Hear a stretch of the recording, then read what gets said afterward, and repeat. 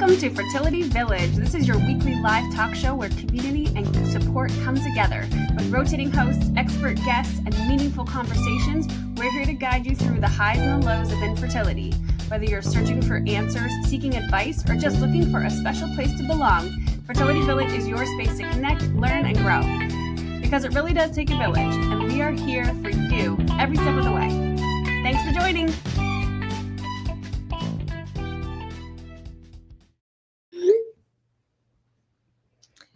Hello, everyone. Welcome back to Fertility Village Live. I'm Marissa, and we're so happy you're joining us for another conversation tonight, one that blends science, storytelling, and lots of heart. Our guest this evening is Thea. She is a junior embryologist at Markham Fertility Centre, and she is also the author of a series of storybooks that explain the many different ways families are created. She's someone who spends her days helping create embryos in the lab and her evenings creating stories that help people understand and celebrate how they came to be. Thea, welcome to Fertility Village Live. We are so excited to have you. Hi, thanks for having me. I'm excited to be here. For sure. And so I think we're just going to get straight into it. Because we want to get down to the nitty gritty, and I understand that we're going to read your stories today. Yes. Yeah, I'd love to share them with you guys. Yes, we have two stories that you're going to read that are already out, and then one that is not quite out yet, but you're going to give us a sneak peek. Yes, I'm excited about that one. I think that'll be the most applicable to most people listening here. Perfect. Okay, so let's get started by getting to know you. Can you tell us a little bit about your background, your role as a junior embryologist at Markham Fertility Centre? We want to get to know you, who you are, and what you do day to day. Yeah, so as you said, I am a junior embryologist at Markham Fertility. I've been there for about 5 years now. It's a great company, just so caring. I absolutely love it. On a day-to-day basis, I help with the egg retrievals, embryo freezing, inseminations, sperm prep, kind of everything that goes into, collecting the egg and sperm and combining them and growing them into what will be later transferred and hopefully make a baby. That's super cool. So you get to be there literally from the beginning of an embryo conception.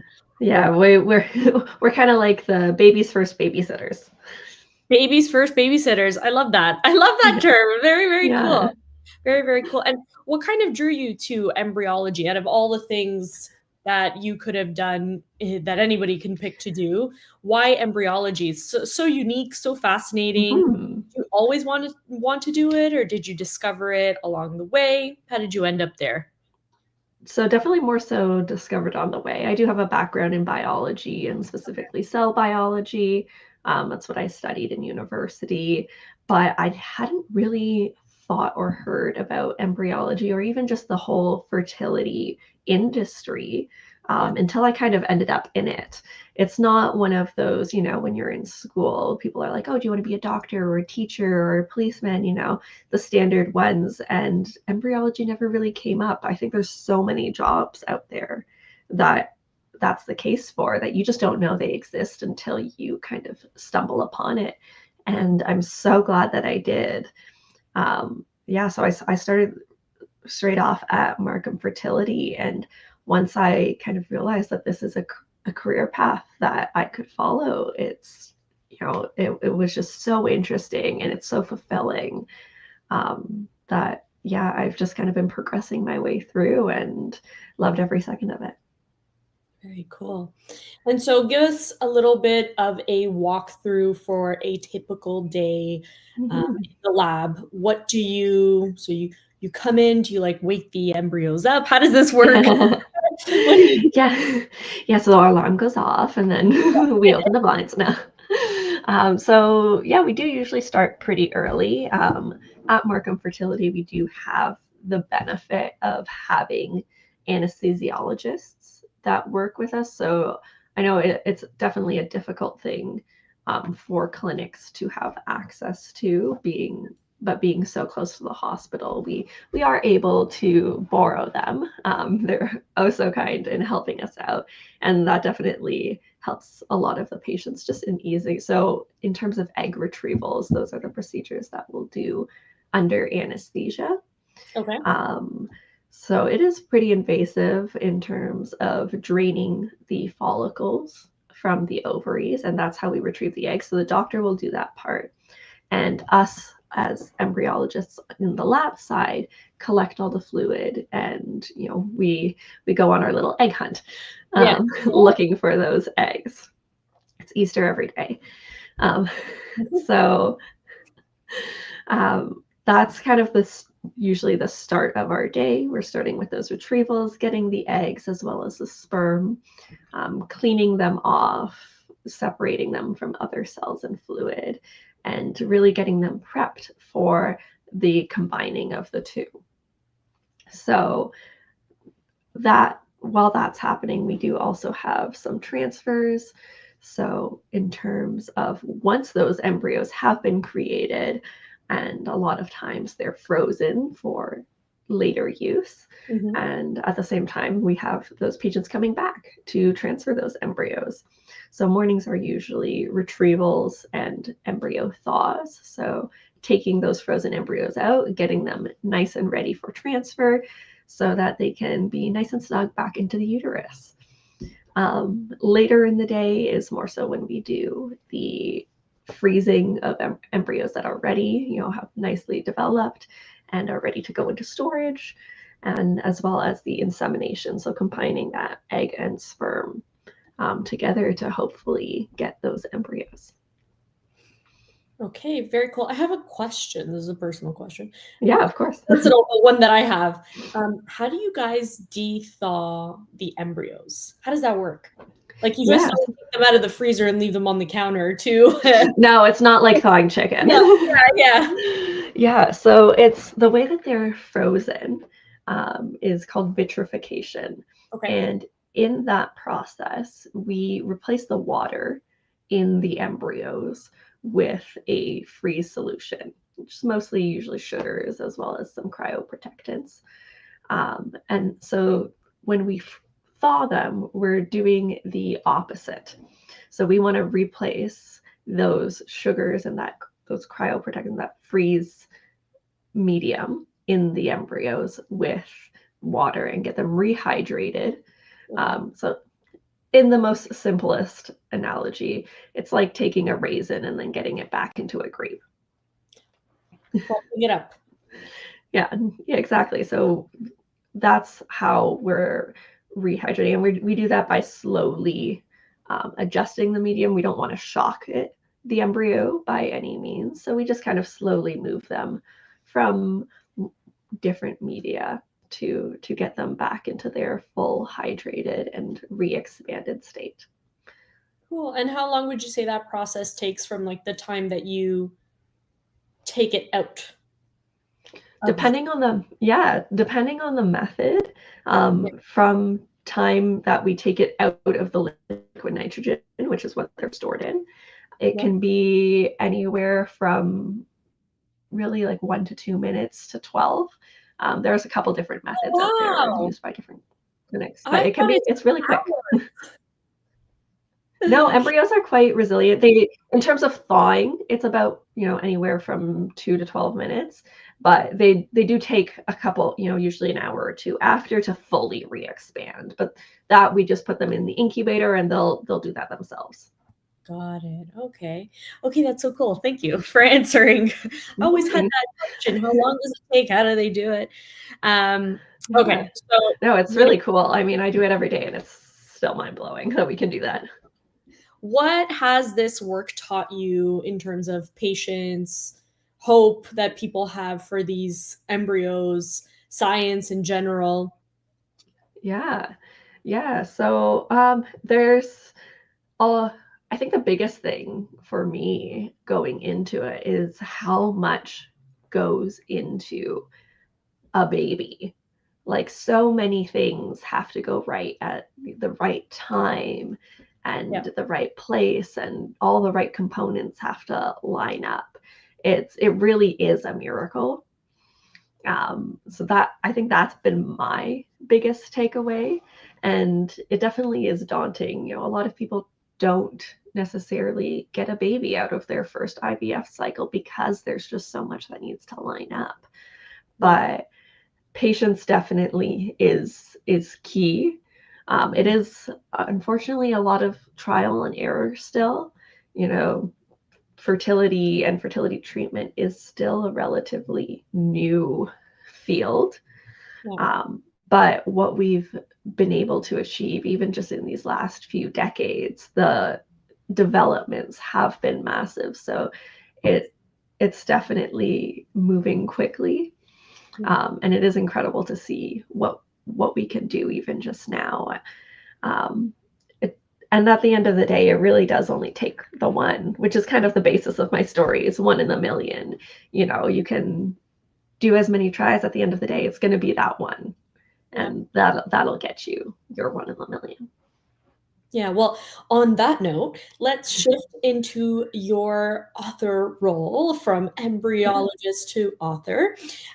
So you've written a few, three now, Yeah. two that are out, one that is coming out, some truly special storybooks about conception and family building. Can you tell us, like, why did you decide to go home after your embryologist job and decide that you wanted to write books about it?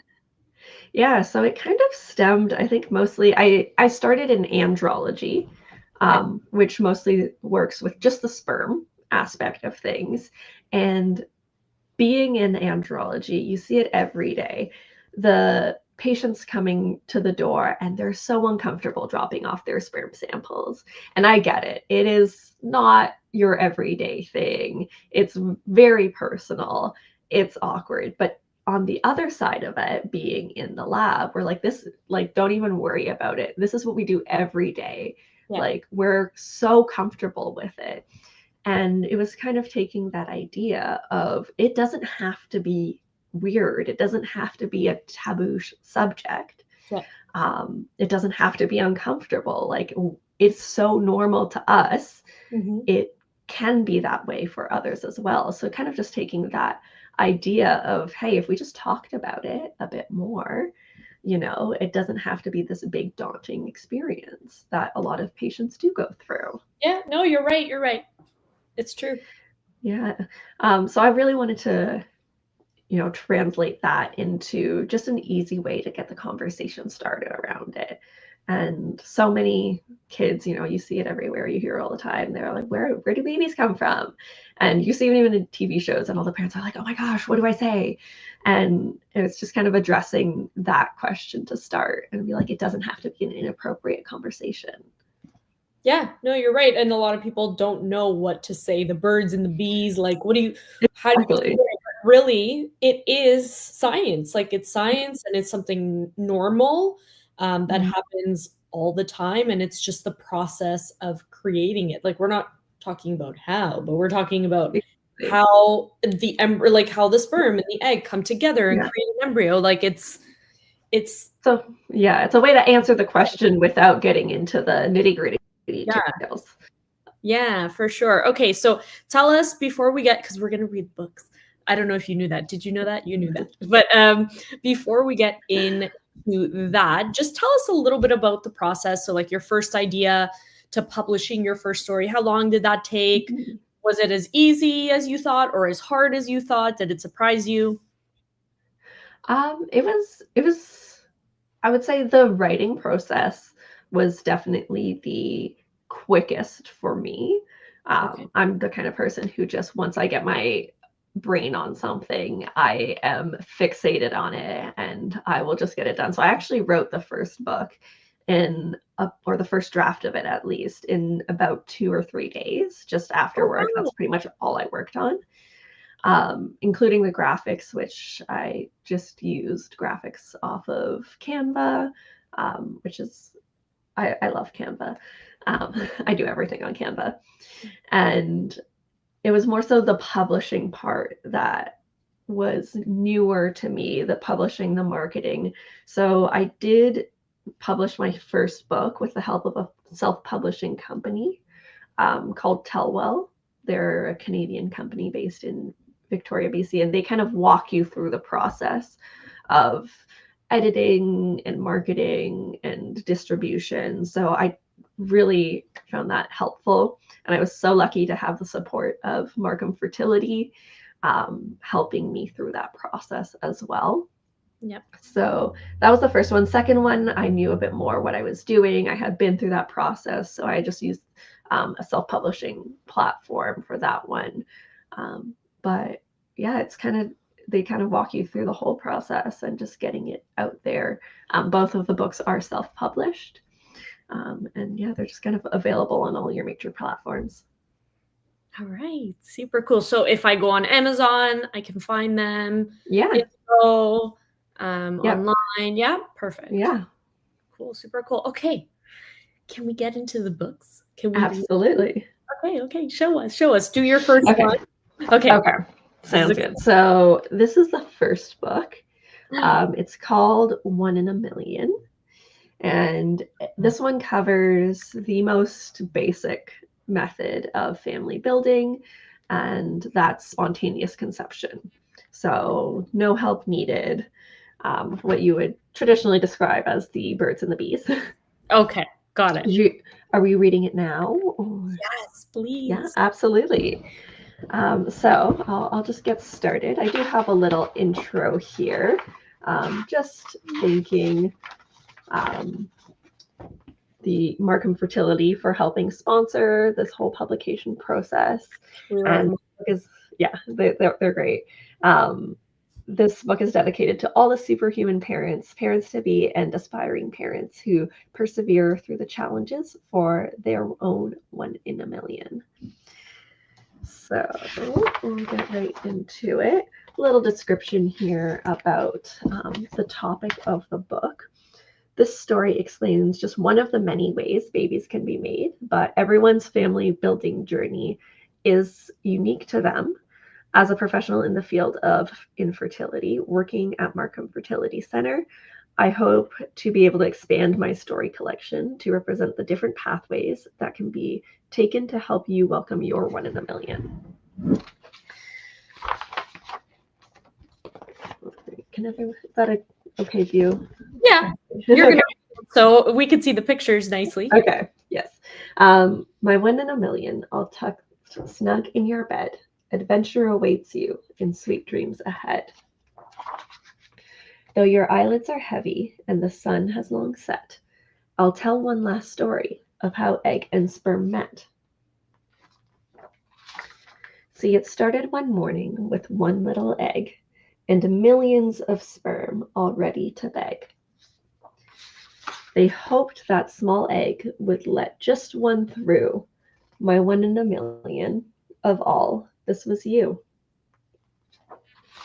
The journey was treacherous. It twisted and turned. Through mazes and tunnels, they never returned. But at the end of a passage with arms open wide, the little egg welcomed you home inside. You two became one with a momentous exchange, and then shortly after, things started to change. An embryo now, you are on your way to find the right spot, a safe place to stay. Once you were nestled, you started to grow. On a new journey, still 9 months to go. In there you slept, all warm in the womb, my 1 in a million, through many new moons. And when the day came, before doctors and nurses, in a hospital room, I yelled a few curses. I pushed, and in just a few hours, you entered the world. You were finally ours. My 1 in a million, now you can see the magical way that you came to be. Now sleep easy, my love, for you'll always be my one in a million, a blessing to me. And that's the end of the first book. I love that. Explains it so well.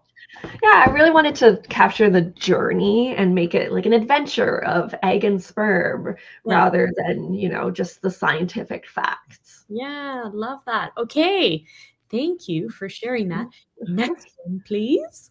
Absolutely. I'm So excited. this one is, oh, sorry. No, I said I'm excited for this one. Oh, okay, wonderful. This one is one in a million, an IUI story. So for those of you who don't know, IUI stands for intrauterine insemination. And I'll go into a bit more. So intrauterine insemination, or IUI, is a procedure that can help grow families and help treat infertility. However, again, everyone's family building journey is unique. And as a professional in the field of infertility, I hope to further expand my story collection to represent the many pathways that can be taken to help you welcome your one in a million. So this is kind of like one of the first treatments that you would try when going to a fertility center. Okay. Depending on your diagnosis. So the moon has come out, the stars all shine bright. Snuggle up, little love, and I'll wish you good night. Once you're tucked into bed and the lights are turned down, I'll tell you the story of how you came around. See, it started one morning in a kind doctor's office. She went step by step. She explained the whole process. She gave us the tour and introduced the team of all the nice people who'd help with our dream. We counted the days and passed all the tests, then waited for one egg to wake from its rest. And then the day came to get the sperm spiffed. The egg was awake. Oh, what a gift. We rushed to the clinic, straight to the laboratory, where capable hands then took part in our story. With the sperm in the lab, it was time for a bath. Millions were washed, then sent on their path. I love that. I love that so much. Oh, that's so We don't actually wash them with, soap and yeah, no, but it's a good way. How are they gonna know what that means? Exactly. So, way. I love that. Thank you. At this point, only the fastest remained, but in the end, only one sperm could reign. The doctor injected the sperm and they swam, swam, swam. And just like that, the great race began. At last, the one in a million sperm made it through. Fastest to the egg, together they made you. My one in a million, now an embryo, you found a safe place and started to grow. Weeks went by, you grew your head and your nose, and then sometime later came your fingers and toes. For 9 months you stayed there, snug in my belly, while out here we scrambled and tried to get ready. At last the day came when you were delivered in a room filled with loved ones and many caregivers. Out in the world, finally ours to share. Across the whole universe, no love could compare. So dream big, my love, and always remember, you're my one in a million, my most precious treasure. The end. Oh, that was so nice. I love how you explained IUI. What a good way. And I like how, the sperm was on a journey, the egg was on a journey. Mm-hmm. Very, very cool. Okay. Now we have one more, and this is Yes. exclusive. First sneak peek. Nobody has seen this before. No, it's not yet published, but should be out by the end of the year. which is very exciting because this means that you're getting it first on Fertility Village Live. Yes. All right. I'm just going to pull up here. How do I? Ooh. Here we go. All right. I think, can everyone? Let me see. I think I have to readjust. Oh, that's my face. Oh, there you go. There we go. There you go. I think it's good now. All right, perfect. So this third one coming out is an IVF story. This is the more intensive in the lab, what you typically hear about when you're talking about fertility treatment.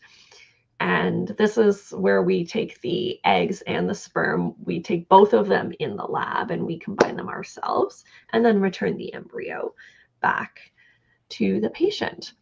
So similar here. I'll just, actually, maybe I'll do it this way. Is that better? Yes, perfect. Okay, perfect. So similar, that's just kind of the description. I do want to eventually expand my series, as you've heard in the beginning of the other two, to cover all of the family methods, and I think we'll talk about about that after. So my 1 in a million, tucked snug as a bug, in your cozy warm bed, wrapped tight as a hug. Before you drift off, I'll tell one last tale of how your life began, down to every detail. After months of wanting and hoping you'd come, we set out for help from a special someone. Someone who knew all the science and could help us succeed. With the doctor's help, we'd surely conceive. We met with the doctor and started to plan. We signed papers, got needles, took tests, and had scans. When all was in order and the time was just right, they collected the sperm and retrieved the oocytes. There in the lab, the work had just started. Embryologists hustled. Their support was wholehearted. They readied the sperm and got them all clean, where in a dish with the eggs, they would all convene.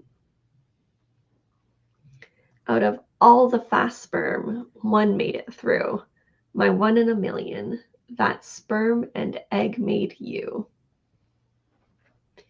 All warm in the lab under watchful eyes, the scientist observed till you were just the right size. One last stop you had to go, into the womb where you'd continue to grow. 1 month, 2 months, 3 months went by. 9 months later, you came out to say hi. Out in the world where we could finally hold you, my 1 in a million, our dream had come true. So sleep tight, little one, and always remember, you're my 1 in a million, my baby forever. The end. That's just the back cover. That was great. Oh, I love that. I love the diversity of, whoops, where did we go? Hello. Oh, no. There we go. No, I don't want myself on there. Oh, there we go. Oh, there you go. I love the diversity and the fact that you're going to expand to other stuff. Obviously, you have to start somewhere. You can't publish 10 books at once. So yes, you're getting there. You're going to get to all of them. But what a wonderful way of describing this, even for, it's interesting because I feel like a lot of adults don't really know how this happens until they get to the time where they need to know, right? Absolutely. Yeah, we have patients who go through it and, like they don't teach you this really anywhere else. So it's a completely new process and it's so much new information to get. So it's a nice little introduction, even for parents who are going through it. Yeah. Yeah. Okay. So what has the feedback been so far from people in the fertility clinic or even children who have read the books? Yeah. So it's been really positive feedback. I obviously started by running it through the doctors at Markham Fertility, seeing what they thought about it. Yeah. And they were so supportive, as I said, helping me publish my first book. Um, and yeah, it's been overall really positive. We've had lots of comments about the inclusivity of it. Obviously, we're working to expand that even further. I would like to write a book about, surrogacy, the whole donor process, adoption, intended parents, to really cover all of the family building methods. So that's hopefully to come in the future, but we're taking it one step at a time. Have had lots of comments too about, just the emotion of it and like kind of capturing the journey, because as much as it is such a unique journey, there are a lot of people who go through something similar, and having that representation is definitely nice out there. Um, that, and then another comment that we've gotten is, it's fun for kids who are interested in science. It's a great place to start them off with human biology, and it is really interesting. And again, just starting that conversation about embryology too, and knowing that that's an option as a career, kind of easy way to start talking about it. Yeah, because you don't go into as what we call the birds and the bees. You're Yeah. going through the process of how it works, right? So Mm-hmm. a child reading this wouldn't get any ideas from it. There's nothing in there Yeah. that could be thought of as, not age appropriate, because there's nothing in Yeah. there to Yeah, be. it's not suggested. It is purely the science of it Yeah. and the journey of these cells coming together. Yeah. So, in general, how do you think storytelling can help normalize these conversations around fertility and alternative paths to parenthood, not just for kids, but for adults too, for anybody that consumes stories like this? Yeah, I mean, I think the first thing is definitely talking about it. It's, I do recognize it's hard. A lot of people don't know where to start talking about it, and I find it focusing on the science of it is an easy place to start. It doesn't feel in quote unquote inappropriate or like a very intimate subject. It's purely the science, the facts, like nature, talking about anything else scientific. And I think that's an easy place to start, in terms of starting that conversation. And then kind of going from there, you can delve as deep or, as you want to, into that. But it's definitely a good place to start, and just knowing the basics. Yeah. And so, you found this beautiful way to make science approachable and emotional at the same time, which, are very contradictory, but you've done it. What do you think fertility education for children and families could look like if more people had access to these stories like yours? Because as we just talked Mm-hmm. about, we don't get taught any of this. Mm-hmm. We don't go to school and get the knowledge that we need to maybe one day know what fertility is or what infertility is. Mm-hmm. Kind of just find out when we need to find out, which is a Mm-hmm. huge disservice. Like, if more people had the knowledge growing up and going through school instead of just being told to abstain, uh, Mm-hmm. then who knows where our fertility industry would be at this. Yeah. Yeah. Yeah, and especially like what to your point of saying, a lot of people don't find out until they have to find out. And sometimes, and we see it often with infertility, that's too late. Mhm. Even, they're finding out at the tail end when there could have been so much more done earlier. Yeah. So I definitely think that, having that conversation at an earlier point, and just getting the education of options, at least. At the end of the day, we're not telling anyone what they need to be doing, but at least informing them and having, like you said, that education. It gives people options for them and the knowledge and information to make their own choices. So I definitely think it is important for that to be discussed more. Um, kind of just it's good information to have going into adulthood. Yeah. Yeah, and so I know you said you want to do this in the future, but for let's give your storytelling a little bit of a test here. For intended parents, for surrogates who are watching, Mhm. one day want to explain to their child how they came to be. I'm an Mhm. intended mom via surrogacy. What advice would you give on how to start that conversation? I mean, I always believe honesty is the best policy, Yeah. but you also like you can take it one step at a time. It doesn't have to be this huge unload of information. And I mean, I'm not a professional in that aspect. There are resources though out there. There are professionals who specifically deal and work with intended parents or surrogates, patients using third parties, and how to have those conversations and how to even just, you know, discuss it within your family with others. I know Dara is absolutely lovely. And that's, she's the first one that comes to mind. And that there are people who can help and there are resources. It's just knowing who to contact and that they are out there.